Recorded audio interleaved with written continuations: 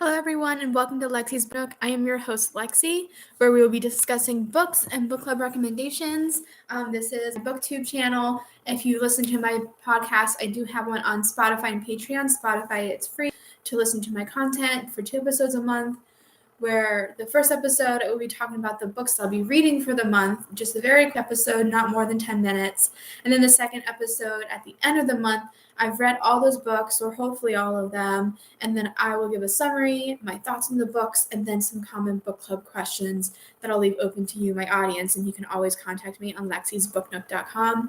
On Spotify, it's free. On Patreon, it's $3 a month for the added benefits of seeing my face, my book nook, get inspiration for your own, and get to see the book covers. But today, you get a BookTube episode. So this is a bonus episode, meaning that the book I will be discussing will not be on my Spotify and Patreon accounts. You get bonus material. If I go through my TBR list, I will go through even further down my TBR list, and discuss one of those books. So today's episode is I'm Glad My Mom Died. So I will show you the cover art. And this is by Jennette McCurdy. Sorry for the glare. Oh no. There we go. It's starting to come in a little bit. Sorry about that. I listened to this as an audiobook, so I don't have the hard copy, so that's why I'm showing it on my phone. I listen to audiobooks and I read too. I listen to a book while I'm reading, not at the same time. Then I'll get confused. But for this one, I listened to I'm Glad My Mom Died. This has been on my TBR list for a while, ever since it came out, because I'm a big fan of Jennette McCurdy from iCarly. She's always been very funny and relatable to me, at least, because I'm a food lover. I'm a dietitian as well, so food is my life. So I'm just going to go over the summary of the book. It's more like an autobiography / memoir. Then my thoughts, and then I'll just do 3 discussion questions to keep it short. So in I'm Glad My Mom Died, it's written and narrated by Jennette McCurdy. She describes her life in detail, her experiences as a child star for Nickelodeon, and her relationship with her mother. The book also explores her complex experiences with body image, love, relationships, families, sex, and the child acting industry. So, if you're also doing like the Professional Book Nerds Challenge, which is a podcast, they have a reading challenge every year. And this year, one of the criteria or milestones is to listen to an audiobook narrated by the author. So this is a good pick for that if you are doing that challenge. I actually listened to this, Tiny Beautiful Things by Cheryl Strayed. That is another episode. You should check it out on BookTube. And I also listened to Beloved by Toni Morrison. So I was above and beyond. But anyway, we're going to be talking about I'm Glad My Mom Died. So my thoughts is that it was a very fast listen. It was only 6 hours, so I can get through it within like a day or two. Because it was also very interesting about the child industry and Jennette's experiences and how traumatic her life is. And even currently, her mother was a narcissist, psychotic, she was fake. I hated listening to how she was made to follow her mother's dream to be an actress and not to do what she wanted to do. Her mother forced her into unhealthy eating patterns and thoughts of self-doubt, which have affected her throughout her life. But Jennette is so strong. Currently, she is still seeking help for bulimia and depression. She is still fighting the fight. So she's also trying to find her identity outside of acting since her mom has died. But there is more to that story on how she died in the book / audiobook. So I'm just going to go over a few questions. The first one is, of all the red flags in Jennette's relationship with her mom, which was the reddest for you? So I mentioned I'm a dietitian. So through my career knowledge or my perspective, her eating habits bothered me the most, especially from the mother's standpoint, where their job is to nurture their child and let them grow, let them go through those growth spurts, especially through puberty, and let them become the woman that they're supposed to be. Instead, she starved Jennette pretty much. I would want to provide and take care of my child. I don't have any right now, but this is what I would eventually want. But the mom was a complete opposite. By starving her, Jennette was none the wiser because she was assuming her mom had her best interests at heart. But this started Jennette's eating disorder habits early on in life. I think it's very unfair and scary how much influence her mom had on her, and Jennette only assumed that her mom was taking care of her even after her pediatrician told her mom that Jennette was underweight for her age.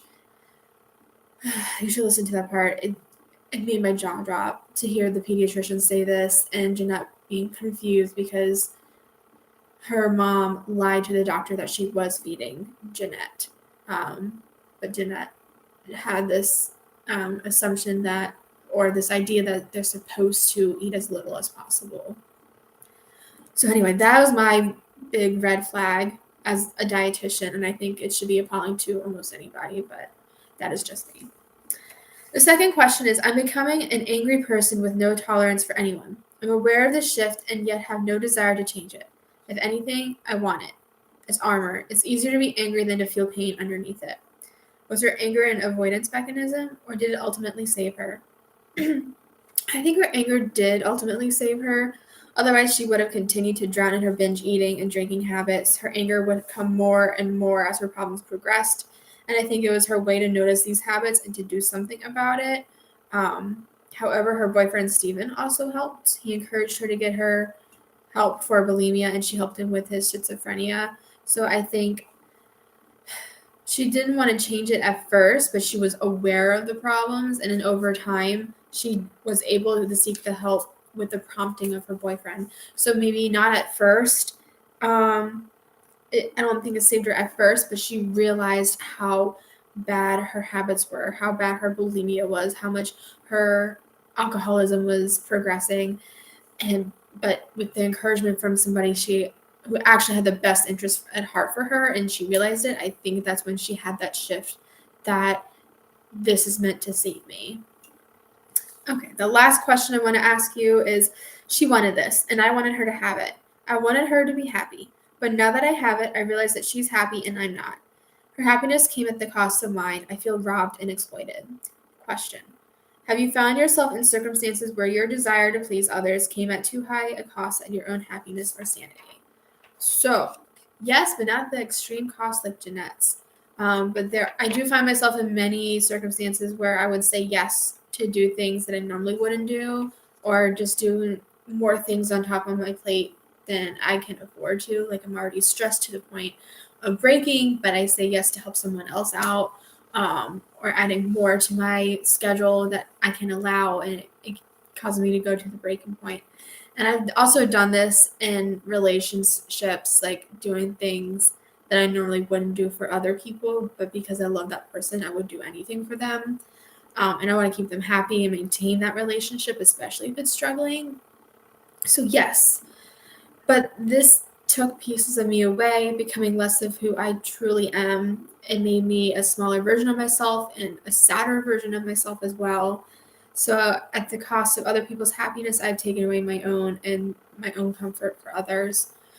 And I don't think anyone should have to go through this. No one should have to compromise their happiness for the sake of others. Now, yes, there should be some compromises and sacrifices, but not anything completely dramatic where you lose your identity, where you lose your comfort and your happiness.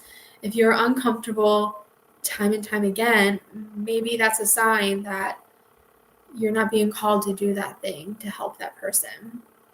Now, again, like, my experiences aren't as extreme as Jennette with her red flags of self-doubt, self-image, bulimia, alcoholism, all identity, all that.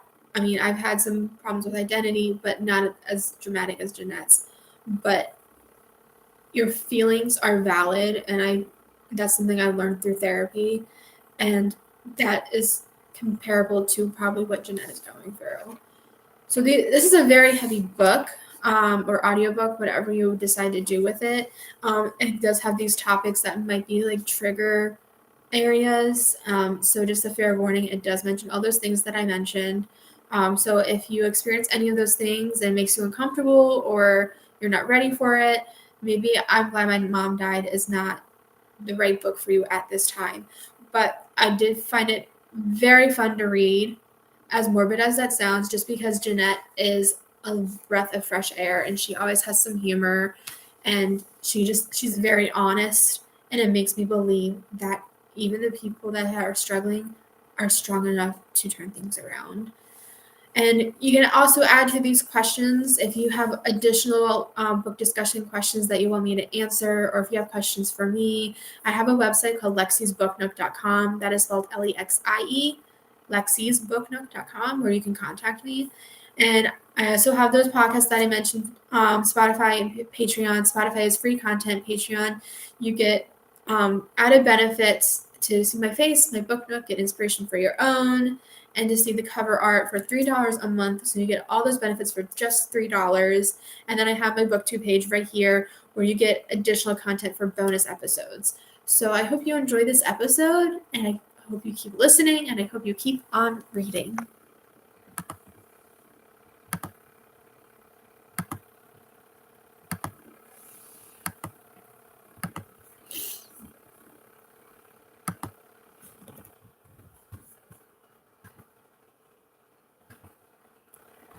Trying to get rid of this. Sorry.